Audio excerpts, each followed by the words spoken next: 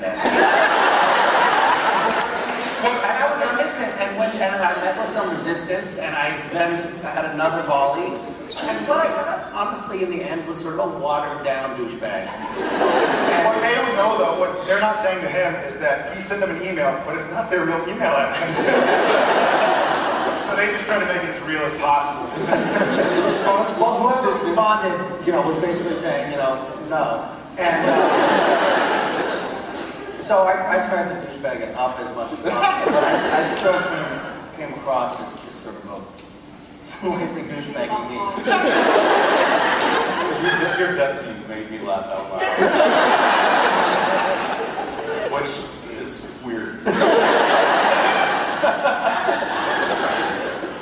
So Sarah, is it like that for you? Like you like to be able to comment on your own show as it goes? I mean, is it fun for you? Do you view it as any kind of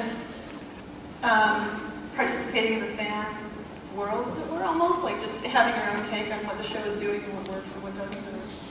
Well, I've been on the show since the beginning of the show. This is only the second show I've ever been on, so it's kind of like being raised by wolves. It's like the only world I've ever known is to be able to comment on up to and including, I don't know if many people watch the show.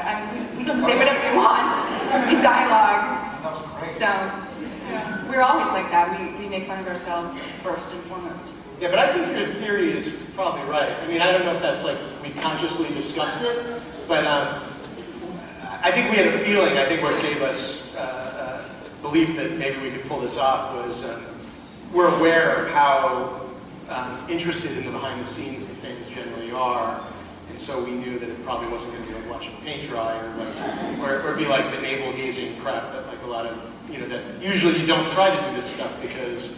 But there seems to be an appetite for what goes on, sort of not just in front of the camera, but behind the scenes. And so we thought that maybe it was crazy enough to work. I don't know where you